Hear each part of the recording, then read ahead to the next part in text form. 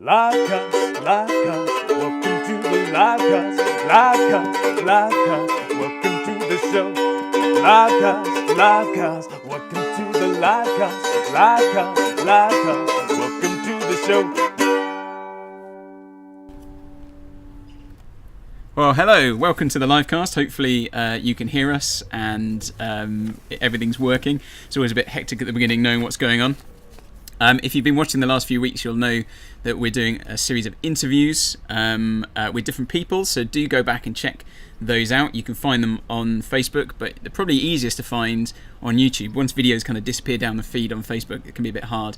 So if you go to the LIVEcast playlist on our YouTube page, if you search for Speak Life UK, you'll be able to find them there, and you'll be able to hear, I think we've had 3 or 4 stories already, so lots of amazing testimonies. And I've got another testimony here today, so I've got here with me Tom. So Tom, hello. Hi. Good to have you with me today, or with us, you know, good, lots of people watching, I'm sure. Tom, tell us a bit then about, well, who are you first of all?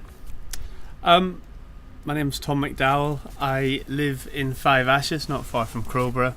I'm a father of 3 children, Zach, Erin and Hannah, and husband to Kelly. I run my own construction business. We employ about 20 people, and we do work in schools and public buildings and stuff like that. Cool, great. And so tell us a bit about your background. We know everyone who comes on this testimony is a Christian, but you know, have you always been a Christian? Have you always been kind of in church? I've always been in church. I certainly in my younger life, and then since I became a Christian. My earlier life, growing up, I guess I got saved probably about 20 times. I kept committing my life to Jesus, and then, in my view, mucking up and thinking I needed to do it again. And looking back now, I realise that there was no real emphasis for me on a relationship with Jesus. It was more, if heaven and hell exists, I want to go to heaven and not go to hell. So if I need to say I believe in Jesus, then that's what I have to do. Yeah. And I went to Sunday school, went to youth fellowship, went to church twice on a Sunday as a family, and both my mum's family and my father's family we consider ourselves a Christian family background. So yeah, you know, understanding Christianity was not a new thing to me. Yeah, but I mean, you, like you say, you would have said you were saved when you were a kind of youngster. Yeah, at the time. Yeah, you know, there's something you would have said. Depends who I was around. Right. Yeah. Yeah. But like you say, a kind of not really an emphasis on any relationship, but like more a kind of set of rules and regulations to be followed and stuff like that. So yeah. Okay. So that's kind of growing up. It's Northern Ireland, isn't it? You're growing up in. Right, yeah. So, and is that kind of, I guess, from an outsider's perspective, Northern Ireland or Ireland generally, we think of it as quite a religious place. Was it the case that, like, people, it was much more accepted that? I think it's certainly a religious place. I can remember there was a big emphasis put on the difference in Protestants and Catholics. Right. You know, the town I lived in was probably 40% Catholic at the time, 60% Protestant. Protestants didn't date Catholics and vice versa. And actually, believe it or not, there was one side of the road that you walked on, particularly on weekends on a Saturday night or a Friday night. Wow. The Catholic pubs were on one side of the street and the Protestant pubs were on the other. Wow. And I don't think that's changed that much even now. But, it was certainly, there was a big emphasis on religion.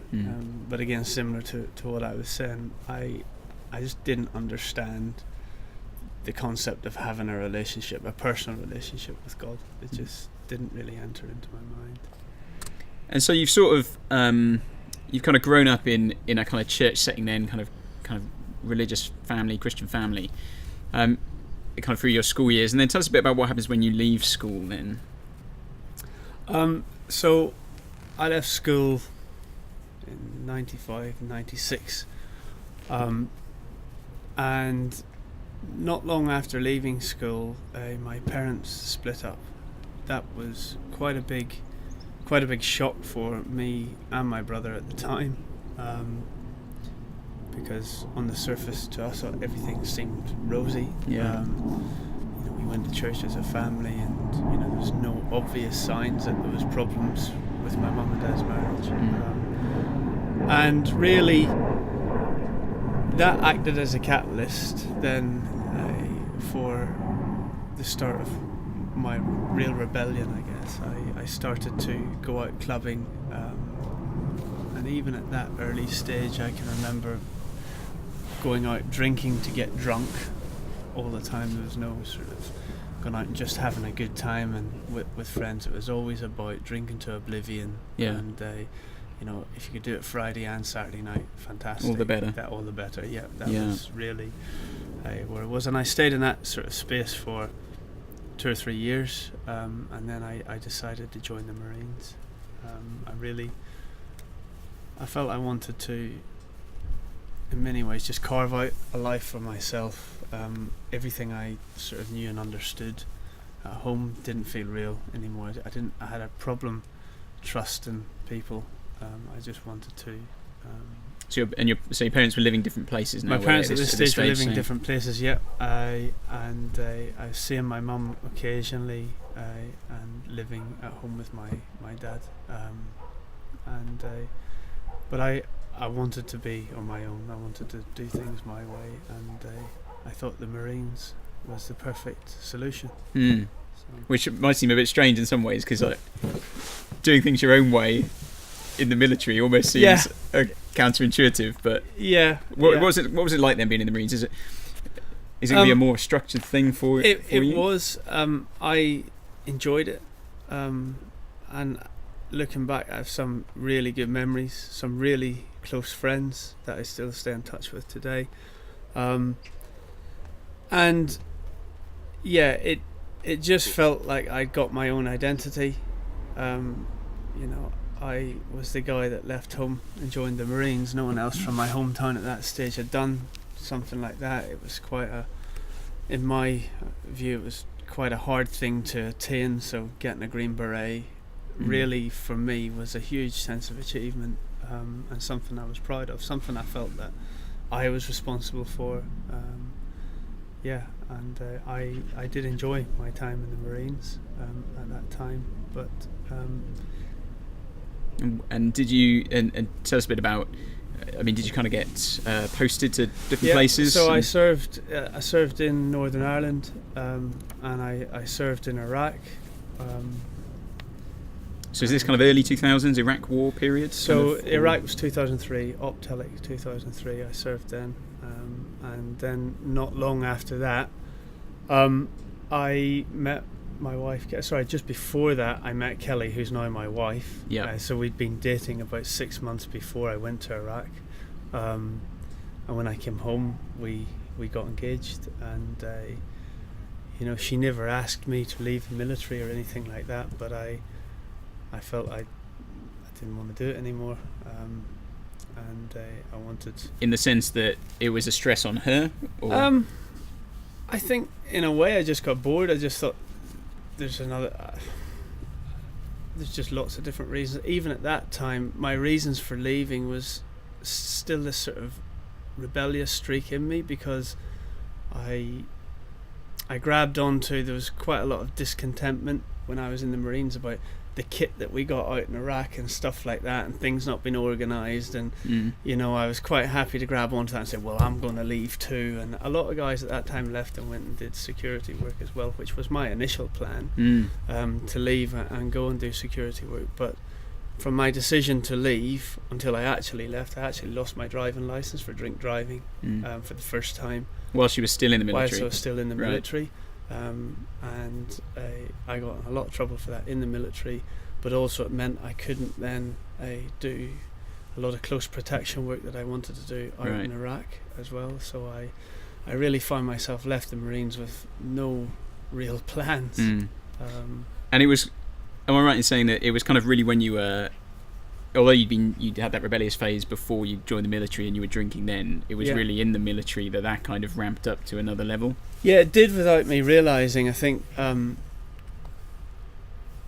if you want to drink pretty much every day, certainly if you're at home, if you're stationed at home and you're not away anywhere, 3-4 o'clock most afternoons, you will have the option, I guess, of going out and having a few beers. And while my wages or my money lasted, that's what I chose to do. I drank every month until I had no money left, and then the last week before payday would be sort of living on camp, eating the food that they provide. And it never really struck me that I had a drink problem at that stage. I guess I thought everyone did it, but looking back now, even then, there was a particular group of us that always seemed to find each other, that would go out all the time, no matter where we were based. That those types of guys seemed to find each other, and we were always out together. There was other guys who went home quite happily each evening or on the weekends, and they didn't get involved in that, not to the degree that we were. Yeah. And so you've kind of got this drinking habit, and then you leave the military, you kind of get married after that, yeah? Yeah. And there was a sense in which you felt that your drinking habits had to change, and you felt that when you were getting married, that might kind of be the impetus to change your drinking habits? Yeah, I first realised I had a drinking problem about a year after I left the Marines. I got a job as a construction site manager up in London, and on the first day I went to their head office, picked up my laptop and mobile phone, and was given the address of the site that I would be managing. Went to the site, and there was a sort of an assistant, a foreman type guy there, and I said, is Andy around? And he was going to be my boss. And the guy said, well, no, Andy's not going to be back now till tomorrow. He's had to go to another site. And I said, by this time it was about 2 o'clock in the afternoon, and I said to the guy, well, shall we go to the pub then? And he looked at me as if, it's 2 o'clock in the afternoon. Yeah. And I thought that was quite a normal thing to say, well, I can't get on with anything now, let's just go to the pub for a couple of hours. And just kind of get to know each other. Your kind of thinking is behind it as well. Yeah. But very quickly in the next year, that routine of going to the pub every day after work, I was doing on my own, really, and it became really obvious. Well, I say it became really obvious to me at that. It didn't really. I knew there was something not quite right. I kind of didn't think it was me. I just thought it was. Life felt harder in what we would call Civvy Street, and I needed to drink every day, and I was starting to realise actually that I did need to drink every day, and that started to scare me a little. Kind of how much? Could you give us an idea of kind of how much are we talking about in terms of drink? Some days it would be 3 or 4 pints, and that would be fine, and I think those days where I only had 3 or 4 pints, I would be convinced that I didn't have a problem. But most days it was more like 8 or 9 pints, and Jack Daniels as well, I drank a lot of. So it would every time it would be pretty much drinking until I didn't have any more money with me. I'd do things like leave my cash card at home as well, because I didn't want to drink more, and I don't really think that was abnormal behaviour, but I couldn't see what was going on. And at that point, so am I right in thinking you were living in Brighton, but you're travelling to London? Is that right? Yeah, that's right. For work. So yeah. So I mean, you're kind of getting. I don't know what kind of time you're getting on the train in the morning to get to London. Yeah, so we're getting on the train at about, I think it was about 6:15 to be on site for 7 o'clock in Notting Hill, and coming home in the evenings. Site would finish about 4:30. But in the evenings I did get home, I wouldn't be home to 8 or 9 o'clock, having stopped at some pubs on the way. But that got worse very, very quickly. I'd say within the 18 months, I wasn't coming home probably 2 out of 5 nights a week. I was just So actually not getting back to Brighton. back to Brighton. There was times where I was sleeping rough, and looking back now, I even remember thinking that I drank everything, all the money that I had with me, and the 24-hour drinking had started around this time. The legislation changed where pubs could stay open 24 hours, and I was convinced that was the reason. That was the reason behind it. That was the reason. It still wasn't my fault. It's not me, and I genuinely believed that. I can remember as well sleeping outside Victoria Station with my laptop bag here in the doorway, and waking up the next morning, and there'd been a homeless guy across from me. Getting up and sort of brushing myself down, looking at him and thinking, that poor guy, how does that ever happen? Yeah. And not seeing just how close I was to losing everything. And Kelly, you know, how blessed I am to have such a good wife, because she, at this stage, was pregnant with Zach. And then we'd had Zach through this drinking as well, and she stuck by me. She held it together for years, really, and you know, it got our relationship had a bit of a routine to it. To through the week, the drinking was bad. At the weekends, when I managed to get home on a Friday, from Friday to Sunday was fantastic. We still had a really good. I wouldn't drink on weekends, or very, very little. Yeah. And did that kind of fuel you in your head, thinking, well, I don't have a problem? Exactly. Because you're thinking, if I had a problem, I'd be doing it every day. Exactly. But I started to realise, I would fill with this dread on a Sunday evening about 4 or 5 o'clock, as I'd be getting stuff ready for work, that I knew I was going to drink the next week, and I started to realise that I had a real problem. There was one morning, I don't know when it was, I guess it must have been around 2008, that I'd stayed out all night. I got home, and Kelly would have usually shouted at me or cried or went berserk, rightfully so, but this occasion she didn't. I walked in through the door probably 8 or 9 o'clock in the morning, and she just said, you have to go. And she wasn't emotional. She was quite straight in her head that this is what has to happen, and that really, really scared me. I remember walking into our bedroom, sitting down on the side of the bed, and I don't know where it came from. I think initially it was to get sympathy from her, but I said, I think I'm an alcoholic. But as soon as I said those words, it kind of became clear to me that actually I was. So that afternoon, so she gave me another chance, and she said, well, you need to sort yourself out. We need to get you help. I found an AA meeting. I went to my first AA meeting that afternoon, which was pretty frightening, because when I walked in, they've got these 12 steps, and on the wall, one of the steps said that we were powerless over alcohol, and God would and could help if we were to seek Him.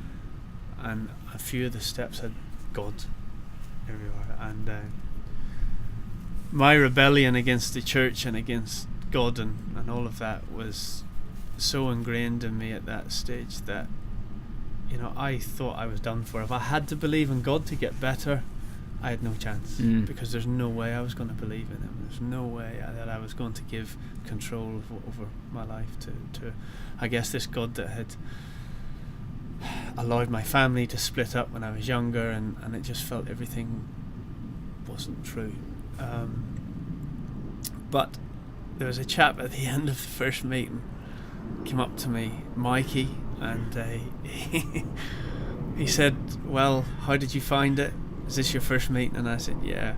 And I said, yeah, it's probably good for a lot of people. This is, I can see how it would help people, but I can't get on with all this God stuff.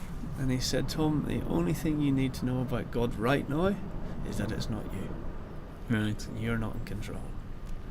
And I think that was the very first seed that the Lord put in me to start to turn back towards Him.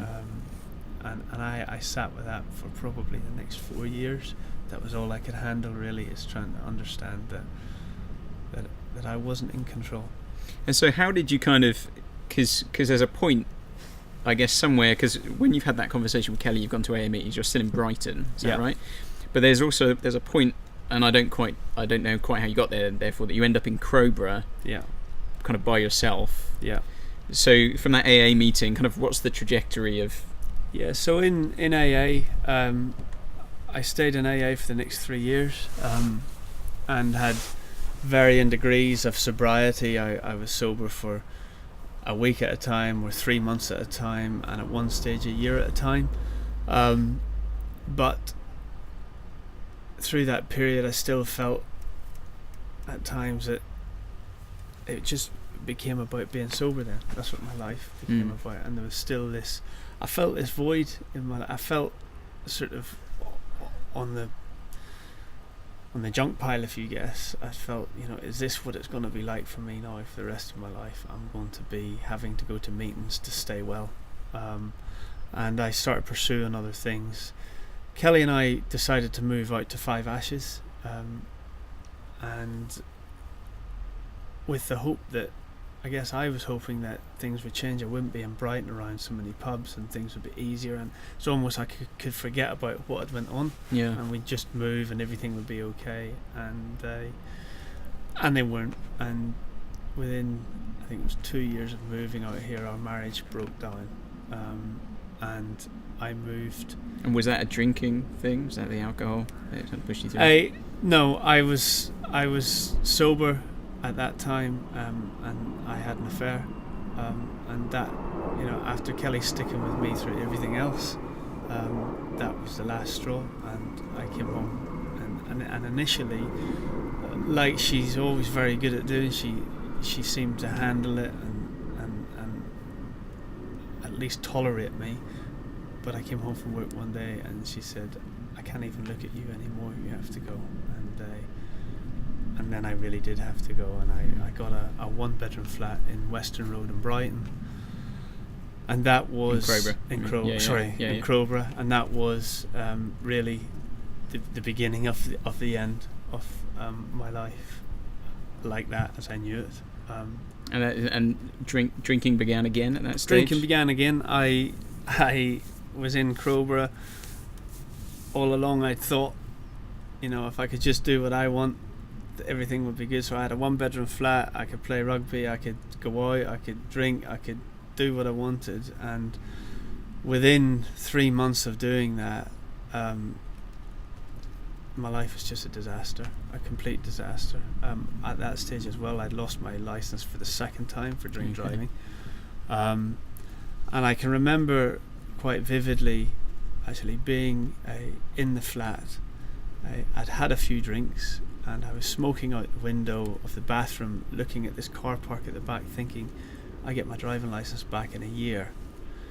And that thought had no sooner crossed my mind to this crippling fear just came in, that my car, if it was parked there right now, I would have to go for a drive or do something, because I knew then that I would drink drive again, and that really scared me, and I really knew then that I was just totally isolated. But at that time, my brother Matthew, he'd phoned me, and he'd also emailed me and said that I ought to start listening to some Christian music, because I'd been listening to a lot of stuff that wasn't very healthy for me. Both him and I were always into playing guitar and stuff, and he sent me some Hillsong stuff, and he sent me a link to UCB radio as well. I didn't listen to it initially, and then one Sunday afternoon I had a really bad hangover, to the point I actually thought I was going to die, because my heart was just beating out of my chest, and then it wasn't beating. I was feeling that I couldn't breathe, and I switched on UCB radio, and this peace that I can't explain just filled the flat, and I was able to lie on the sofa, and I guess for many years that was my first Sunday church in my view. I had actually started to focus on God again. I started to just ask questions. If you're a real God, I need help, because I was really, really on my knees at that stage. But that afternoon, I'll never forget. It was so peaceful. Physically, it was like God just touched me. Yeah. And I wanted more. And so, but at that stage, you're kind of you're by yourself, really. You're at, yeah. You've had this experience, but isolated. How do you kind of, from there, how did you kind of reconnect into church and stuff? So I started going up to All Saints in Crowborough, walking up the hill to there. I also started going to Hillsong up in London, so I'd get the train up on a Sunday morning and go to the Dominion Theatre.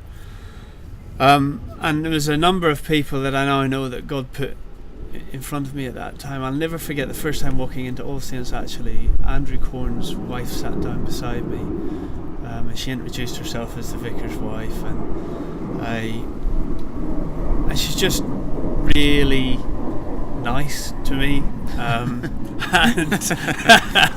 and also, I don't know what she asked me, but I made it very clear that I wasn't going to be coming every Sunday. Right, yeah. And that I was just here. Just visiting. Just looking. And she asked me something like, well, why is that? And the conversation came around to, well, there's just so many things I don't understand in the Bible that I can't wrap my head around. Like, did God really create the earth in 7 days? And how does all that work? And she says lots of us have questions like that we just need to pray over and work through with ourselves and the Lord. And I was quite shocked the fact that she didn't try to convince me in any way. And the next thing, Andrew Corns got up and preached that Sunday, and in my view, he I guess he looked to me like a vicar looked like. He was an older guy and quite conservatively dressed, and almost out of reach. How could this guy possibly identify with what's going on with me? He doesn't really understand. It was that kind of... But his sermon started with, if all my thoughts were played through those two speakers and onto that screen that I've had this week, I wonder how long I could stand in this pulpit in front of you all. Mm.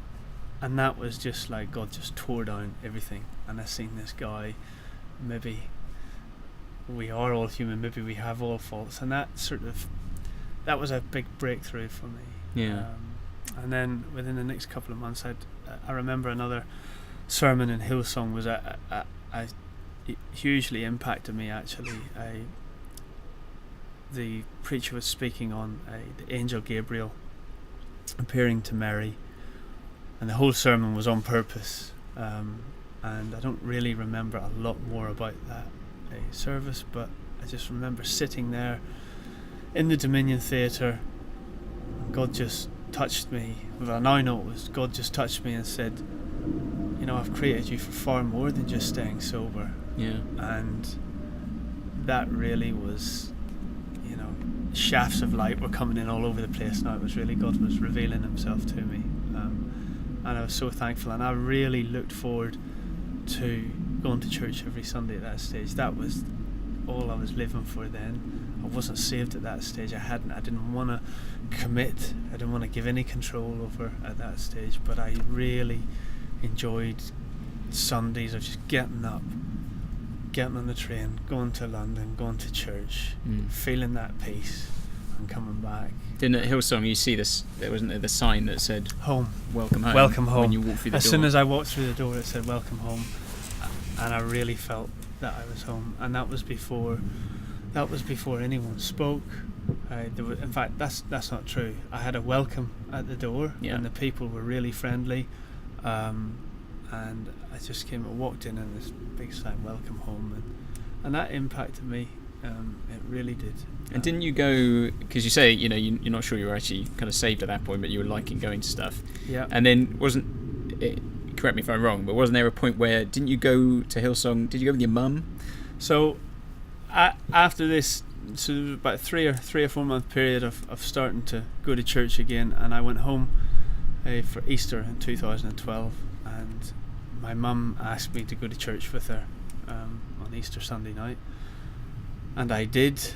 I think she's quite surprised that I quite willingly went with her, because usually I just wouldn't go.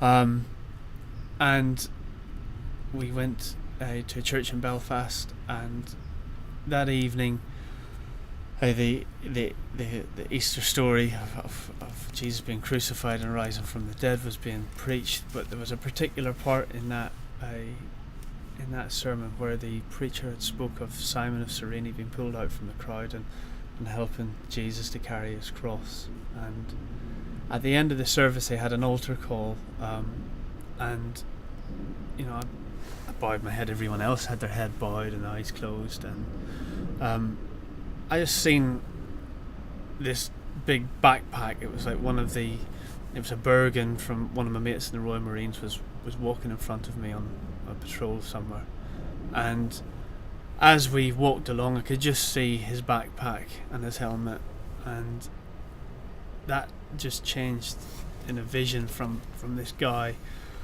to this man, and all I could see was the backs of his legs, and they were covered in blood, and I knew then that was Jesus, and I knew that I had to follow him. I didn't want to put my hand up, I didn't want to commit my life to him, but I knew I had to have sat with my hands like that. But I put my hand up, and I just asked for God's forgiveness, and set out to try my best to follow him. And when the prayer finished, everyone sort of stood up, sang the last hymn, and Mum said, "Do you want to stay for a cup of tea?" And I was like, "No, I'm good. I'm good. Let's go." And she hadn't even realised what had happened at that stage. And we were in the car park queuing to get out, and I just turned around to Mum and said, "I've just got saved." And that was just a real special moment, because my mum had been praying for me for years. Yeah. And for her to be there when that happened, it was just for her a huge thing, because she later shared with me as well that she thought I was getting into some sort of cult with AA. Right, yeah. Because they would use terminology about God, but not define him. Yeah. So I was going to ask about that, because yeah. didn't she say at one point, yeah, but who is God? Yeah, and I said, he's not your God. Yeah. I said, and that was really important for me at that time, because I think I really wanted to keep church and Christ at arm's length. I was quite happy to believe in a higher power, but I didn't want to believe in Jesus. And I think, well, I don't think I know, because she's since told me that she really prays through that to have the strength not to say anything, because she realised that God had showed her that this was a journey that only him and I could go on, and that it was, she had to have her hands off, and that was hard for her. But to then sit in that car park that night, and for me to turn around to her and say I just got saved, was huge. And so coming out of that, then what happens with the alcohol? I haven't craved alcohol since. I haven't been to an AA meeting since. For 3 years after I got saved, I didn't touch any of it.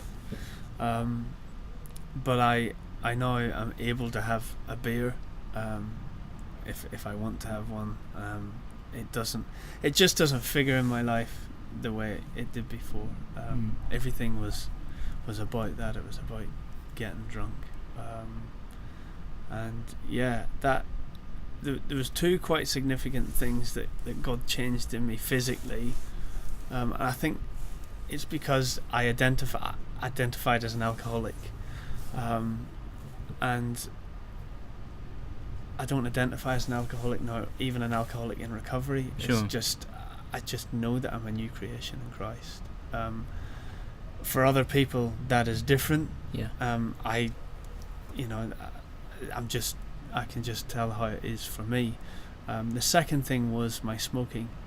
I went to a Hillsong Conference in 2013, and at the start of that week, they were asking, what, just to think about what we wanted to pray for healing in the whole week. And I really didn't want to smoke any longer, mainly because I felt a bit of a leper, really, right. Because the people I was then friendly with in church, none of them I didn't think smoked, at least. Yeah. Did you have to go out to the little room, like go out to the special place? I'm just going to go out. In between sessions at the conference, and it was crazy because each session, I would pray more and more to stop smoking. I would almost feel like the more I prayed, the more I wanted to smoke. And by the end of the week, I'd pretty much given up praying to stop smoking because it just obviously wasn't working in my view. But I was blessed in so many other ways during that conference. We came home at the end of that conference. That it was over in Holland at that stage. We got the ferry back home, got dropped off back in London by coach, and I got the train back then to Buxted. And I will never forget that train pulling into Buxted. It was a really cold October wet day. It was a Saturday morning, and there's no one in the train carriage. There was no one that seemed in the car park. Everything was just so quiet and grey. And this voice came into my head of, God's not real. It's all hype. It's all lights. It's all singing. It's all, it's all human hype. And that nearly crippled me because everything that was good in my life at that stage was God. Yeah. And I had just had such a phenomenal week around good people, just having not just been blessed by the sessions and the preaching, but also just the fellowship, and it just felt like the carpet had been pulled from under me. I got into my car in Buxted car park. I started my car and I drove out the gate, and I looked down in the side pocket and there was a cigarette left in the packet that I'd had the previous week, and I took it out and I started smoking it, and I was driving along full of fear, thinking, what's going to happen now? I'm going to be drinking by the end of the week. Yeah. And all of this stuff came rushing in, and then I looked at my hand and the cigarette was half done, and I thought, I don't even like this, and I threw it away, and I've never smoked since. Yeah. I've never had a craving, and it was just God saying, I'm still here. Yeah. In the quiet of the car, be it in a big arena, he's just, I'm still here. Watch this. Yeah. And I've never craved a cigarette since, and that's the miracle. The same with the alcohol. I've gone for periods of being sober. I've gone through periods of not smoking, 20 patches on and chewing gum. But I always craved it, and since that moment I've never craved another cigarette, and that for me is a miracle. Yeah. And kind of all that turning around, and you're reconciled with Kelly, and you've got 3 kids now, and life is life has turned around entirely, hasn't it? Really, I mean, and I know, in a sense, you said to me earlier, life hasn't got any easier, because as a Christian, actually it's difficult being a Christian, isn't it? Like, it has its challenges and things. But I mean, we had Dave on here last week, and Dave works for you, doesn't he? Actually, so and he mentioned very briefly, not much detail, but he talked a bit about kind of working in the business there and wanting to kind of have kingdom values and stuff. So tell us a bit about that side of it. Now you've kind of come through, and now you've got this business, and you're wanting to use it in a way that glorifies God. Just give us an idea of what does it actually look like in practice? The business is called BMR Construction, and that stands for Build, Maintain, Renew. And initially that was a construction term. It was quite an obvious, buildings, maintenance, renew. And when I started out in the business, I knew so little about running a business, really, that I was completely in God's hands. I needed him every day on day to show me how to do my job, but I knew from the start that everything I would do in my life had to be for him. I didn't trust myself at that stage at all to want to do anything for me. I was so thankful. I knew where Tom McDowell being in the driving seat had got me, and I was more than happy to give him everything. So the business from the start, I employed Gail Brooks, who's a very close friend, and it was just her and I to begin with, and we started. It was Gail that actually said to me, I think we should pray every Monday, and we made that a thing, and to this day we still do that now. So it started off with Gail and I. Sometimes there's 7 of us now praying on a Monday morning, but there's usually 4 to 6 people praying on a Monday, depending on where the guys are. But there's always people praying in our office on a Monday morning for the week. And in the early days, through them prayers, Gail and I have been praying one Monday, and she said, Tom, while we've been praying, I just had this vision of this brown field with these huge oak trees around it, and in that brown field there's little springs of green grass. And she said, I believe that's your business. And you know, when someone speaks into your life, you know straight away that that's from God. Some people say stuff to you and you think, I'll test that. Probably not that bit. just she'd barely finished saying it, and I knew that was a word from the Lord. And I try to run my business every day to give people value that come to work for me, and to, I guess, build, maintain, and it's what God does for me every day. He builds me up, He maintains me, and He's renewed me. And I try and run my business as a thanksgiving to Him, actually, to do to other people what or to open the doors for other people to experience Him in the way that I have. And I say to the best of my ability that it's not always easy. The daily grind of running a business, and making sure it's making a profit, and trying to be fair to everybody. Yeah. The more people come to work for me, the more difficult that is, because you can't please everybody, and it's keeping a focus on God every day. Which the busier we get, I find that more and more of a challenge. 4 or 5 years ago, when the business started, that was much easier. Although at that time I thought it was hard. But looking back now, there's bigger challenges.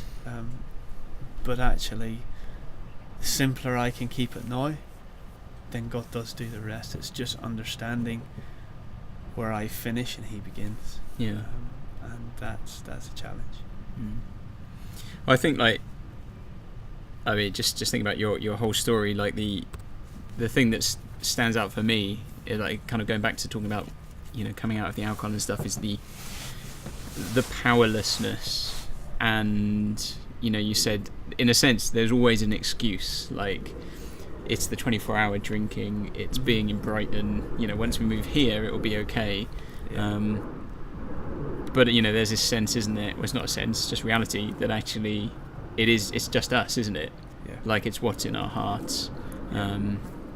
And of course, the only thing, like, as you found over time, the only thing that can change that really is to have a new heart.